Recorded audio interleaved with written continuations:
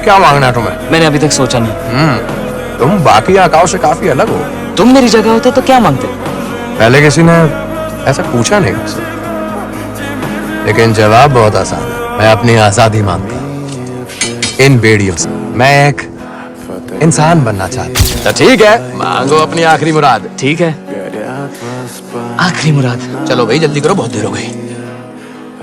मेरी मुराद है, तीसरी और आखिरी मुराद। मेरी मुराद है कि तुम आजाद हो जाओ।